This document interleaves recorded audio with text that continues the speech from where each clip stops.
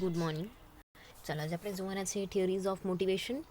તો આપણે લાસ્ટ લેક્ચરમાં જોઈ ગયા કે બે ટાઈપની થિયરી છે, નીડ બેઝ પર્સપેક્ટિવ અને પ્રોસેસ બેઝ પર્સપેક્ટિવ.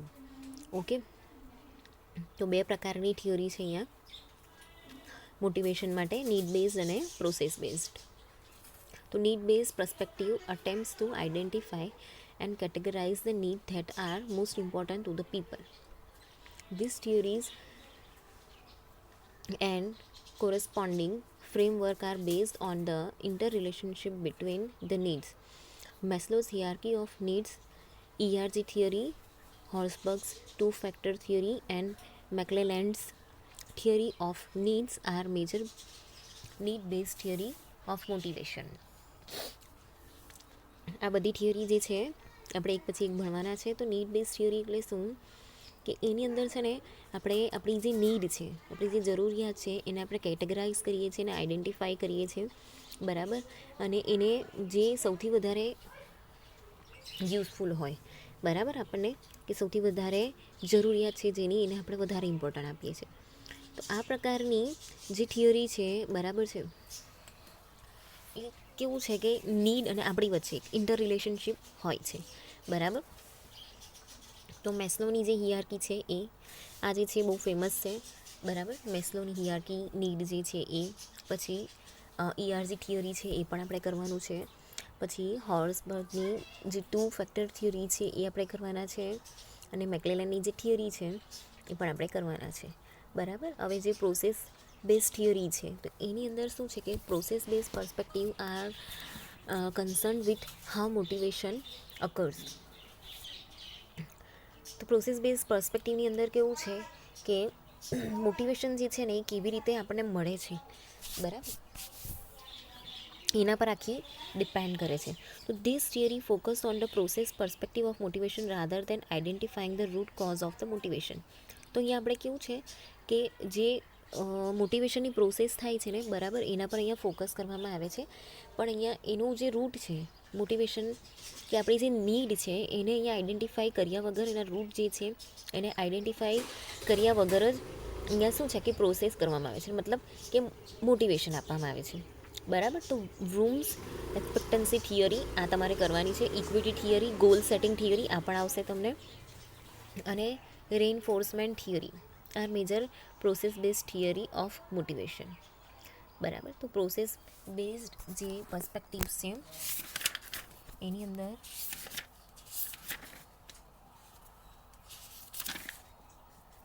તમારે જે રૂમ્સની એક્સપેક્ટન્સી થિયરી છે, ઓકે, ઇક્વિટી થિયરી પણ છે તમને, ગોલ સેટિંગ થિયરી પણ છે, ઓકે. આ ત્રણ જે થિયરી છે એ છે તમને.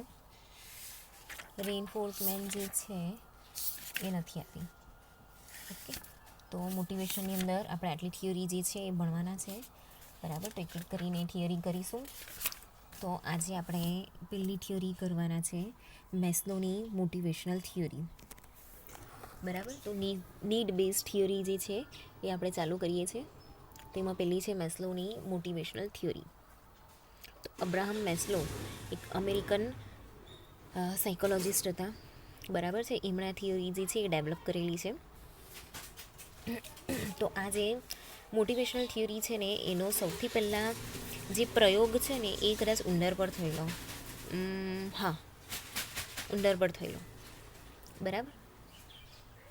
તો જે અબ્રાહમ મેસ્લો છે એ અમેરિકાના સાયકોલોજિસ્ટ હતા, બરાબર. તેમને આ એક ઇન્ડિવિજ્યુઅલ મોટિવેશનલ થિયરી જે છે એનો અહીંયા એને ડેવલપ કરેલી છે, બરાબર છે. એના બહુ બધા રિસર્ચ કરેલા છે એના પર.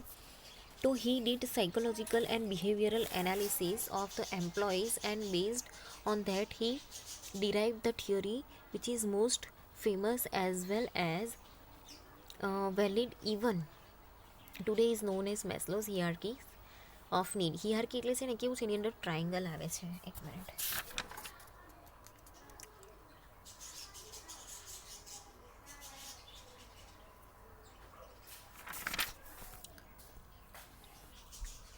જો આ છે ને હિયાર્કી એટલે આવી રીતે ટ્રાયંગલ છે, બરાબર. એને ડિવાઈડ કરેલા છે. તો સૌથી પહેલાં આવશે નીચેનું સાયકોલોજીકલ નીડ, બરાબર. પછી safety need, love and belonging, એના પછી એસ્ટીમ અને સૌથી ઉપર આવશે સેલ્ફ એક્ચ્યુઅલાઇઝેશન, બરાબર. એક પછી એક એના સ્ટેપ છે, એટલા માટે એને અહીંયા હિયાર્કી ઓફ નીડ જે છે એ નામ આપવામાં આવેલું છે, બરાબર. એકની નીચે એક છે. તો અહીંયા આપણે સૌથી પહેલાં જે કન્સિડર કરવાનો છે એ નીચેનો સ્ટેપ, બરાબર. સાયકોલોજીકલ નીડ, પછી safety need, love and belonging, પછી એસ્ટીમ અને સેલ્ફ એક્ચ્યુઅલાઇઝેશન. ઓકે, તો આ થયું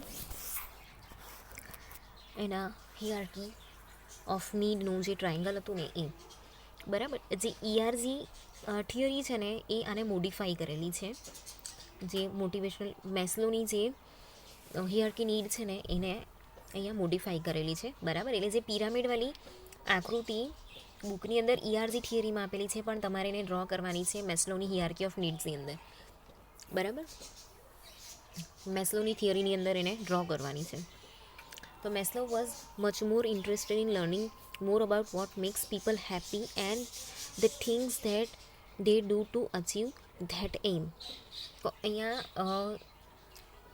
કેવું છે કે જે મેસ્લો છે એણે જે એમ્પ્લોય છે, બરાબર છે, તો એક ઇન્ડિવિજ્યુઅલ એમ્પ્લોઈઝને ગ્રુપને એણે લઈને એ લોકોની જે સાયકોલોજીકલ અને બિહેવિયરલ એનાલિસિસ છે એ કર્યું, બરાબર. એનું ઇવેલ્યુએશન કર્યું, એને ધ્યાનથી જોયું, એના પર રિસર્ચ કર્યું અને પછી આ થિયરી જે છે એ બનાવેલી છે.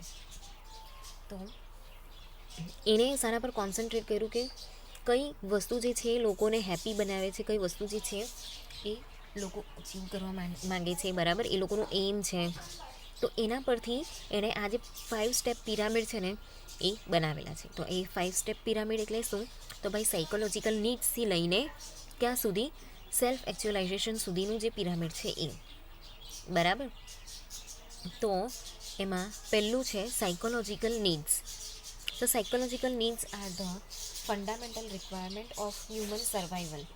Human body can not survive without meeting these requirement. તો સાયકોલોજીકલ નીડ છે, તો એ નીડ કઈ કઈ છે? એ આપણી ફંડામેન્ટલ બેઝિક જે રિક્વાયરમેન્ટ છે ને એ છે, બરાબર. હ્યુમન સર્વાઈવલ માટે એ વસ્તુ જોઈએ છે. આપણે કેવું છે કે આપણા ફિઝિકની અંદર એ આખું સ્ટ્રક્ચર થઈને જ આવેલું છે, બરાબર. દાખલા તરીકે એર, તો એરનો યુઝ આપણે ક્યાં કરીએ છીએ? તો ઇન્હિલેશન અને એક્ઝેલેશન જે કરીએ છીએ, બરાબર છે. શ્વાસોશ્વાસની જે ક્રિયા છે એની અંદર આપણે એનો યુઝ કરીએ છીએ. એરની જરૂર પડે છે. તરસ લાગે તો આપણે પાણી પીએ છીએ, ભૂખ લાગે તો એના માટે ખાવાનું ખાવું પડે, બરાબર. ખાઈએ નહીં તો શું થાય કે બોડીની ઉપર એનો લોડ પડે અને ભૂખ લાગેલી, બરાબર. મગજ બરાબર કામ નહીં કરે. કપડાં, એવી રીતે આરામ કરવો, સૂઈ જવું, બરાબર. એ બધી વસ્તુ જે છે અહીંયા ઇફેક્ટ કરતી હોય છે. તો which are must haves for metabolic functions of the body. આ બધી વસ્તુ છે ને બહુ જ ઇમ્પોર્ટન્ટ વસ્તુ છે કે જેનાથી આપણું શરીર જે છે એ કામ કરે છે, બરાબર. એર નહીં હોય તો આપણે શ્વાસ કેવી રીતે લઈએ, બરાબર. અને એની બી સ્પીડ હોય, પ્રોસેસ હોય, બરાબર. એ પ્રમાણે આપણે અહીંયા જીવતા હોઈએ. એના પછી છે સેફ્ટી નીડ્સ.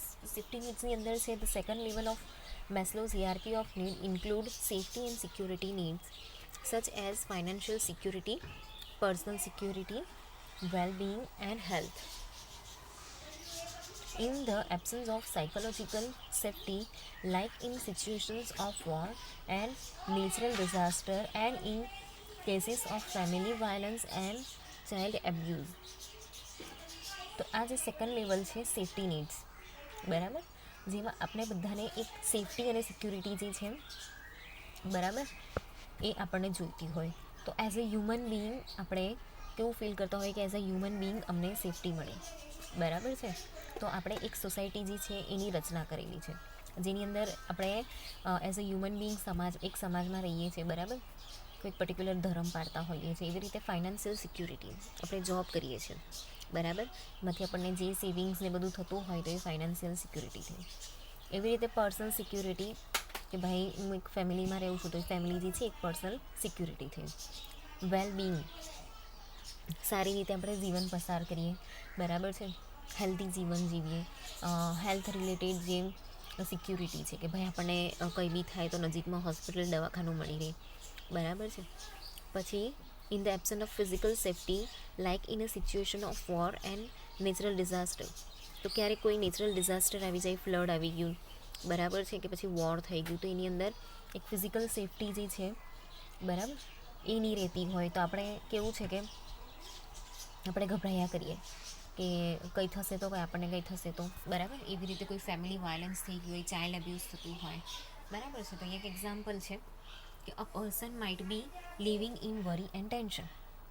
આવી પરિસ્થિતિની અંદર વ્યક્તિ જે છે એ ટેન્શનમાં જીવતો હોય, બરાબર, એની ચિંતા થયા કરે કે શું થશે, શું થશે. ઓકે. તો likewise in case of economic crisis and lack of job opportunity, person feels insecurity and it is difficult to pleasant life. હવે અત્યારે જે કોરોનાની પરિસ્થિતિ હતી, બધાનું જોબ છે સ્ટોપ થઈ ગયેલું, બધું પ્રોડક્શન બંધ થઈ ગયેલું, બરાબર.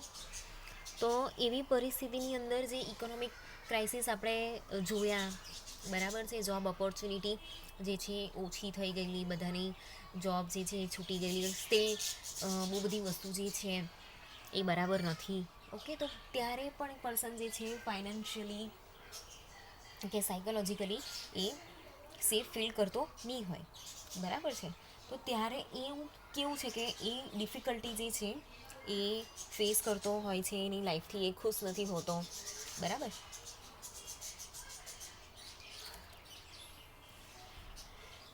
તો આ થયું એક સેફ્ટી નીડ. એના પછી છે બિલોંગિંગનેસ એન્ડ લવ નીડ્સ. તો જે થર્ડ પાર્ટ જે છે, બરાબર, ટ્રાયંગલનો, એ છે human need are interpersonal and involve feelings of belongingness. Belongingness એટલે આ વસ્તુ મારી છે, આ મોબાઈલ મારો છે, આ બેગ મારી છે, આ મારી કોલેજ છે, આ મારી સ્કૂલ છે, આ મારા ફ્રેન્ડ્સ છે, આ મારા મમ્મી પપ્પા છે. બિલોંગિંગનેસ, બરાબર. લવ અને અફેક્શન, કોઈ બી વસ્તુ હોય, બરાબર, તમારી ગાડી છે, ઓકે, માની લો કે તમારા મમ્મી પપ્પાએ ગિફ્ટ કરી કે તમે જાતે લીધી, તો આપણને એના માટે અફેક્શન હોય કે મારી ગાડી, બરાબર. ઇમોશનલ બોન્ડ્સ હોય કે ફેમિલી હોય, ફ્રેન્ડશિપ હોય, ઇન્ટિમસી હોય, બરાબર છે. તો એવી રીતે એ બધી આપણી જે વસ્તુ જે છે, બિલોંગિંગનેસ, લવ, અફેક્શન, એ પણ આપણી નીડ છે, બરાબર છે. તો Maslow categorize these needs as less vital than psychological and security needs, બરાબર. તો એ વસ્તુ જે છે એ થોડુંક ઓછું ઇમ્પોર્ટન્ટ અહીંયા ધરાવે છે. એના પછી છે એસ્ટીમ નીડ્સ.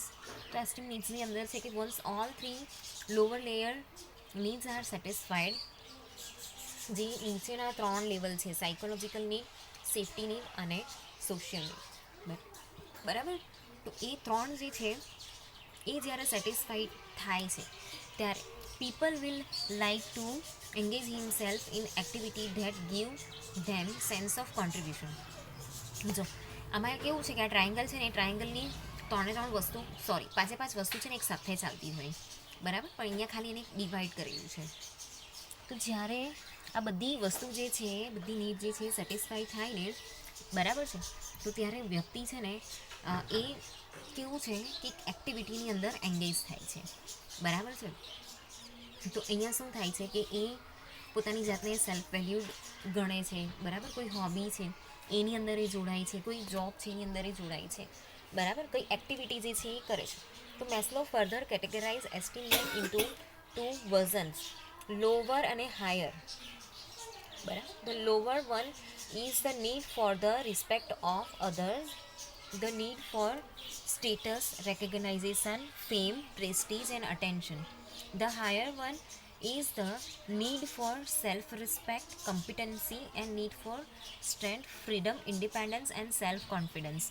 તો જે લોઅર લેવલનું જે નીડ છે, એસ્ટીમ નીડ, તો એની અંદર બીજાનું આપણે રિસ્પેક્ટ કરીએ, બરાબર, એક સ્ટેટસ રેકગ્નાઇઝેશન હોય, બરાબર છે, ફેમ, પ્રેસ્ટીજ, અટેન્શન, એ બધી વસ્તુ આવે છે કે મને લોકો જે છે એ જાણે, ઓકે, કે પછી મને લોકો ઓળખે, એ ટાઈપનું. ને જે હાયર વન છે એમાં સેલ્ફ રિસ્પેક્ટ, બરાબર, હું આટલી જ વસ્તુ કરું, આ વસ્તુ મારા કામની નથી, હું નહીં કરું. કોન્ફિડન્સ, બરાબર, કે હું આ કરી શકું છું.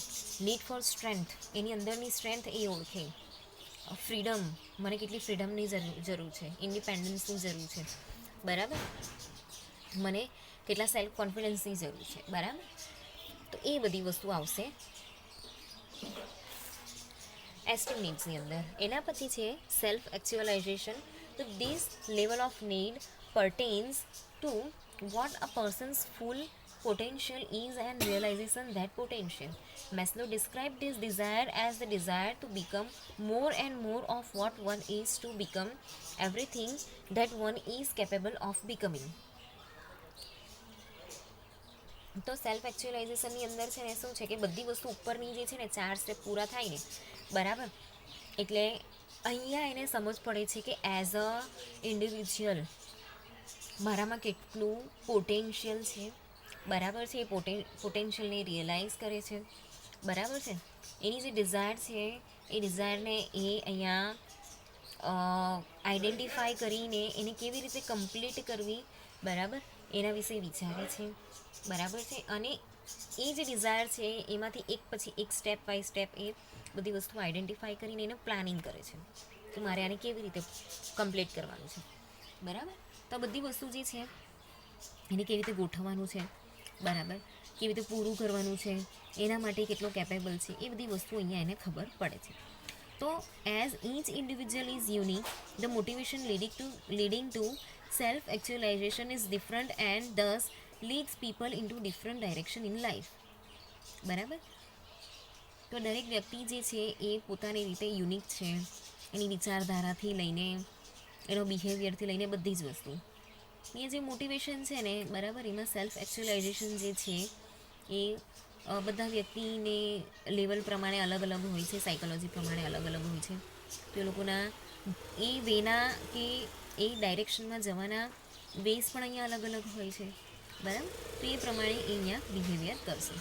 આ થયું આપણી નીડ, જે ખરેખર આપણને એની જરૂર પડે છે, બરાબર. હવે નેક્સ્ટ લેક્ચરમાં આપણે કરીશું ERG થિયરી.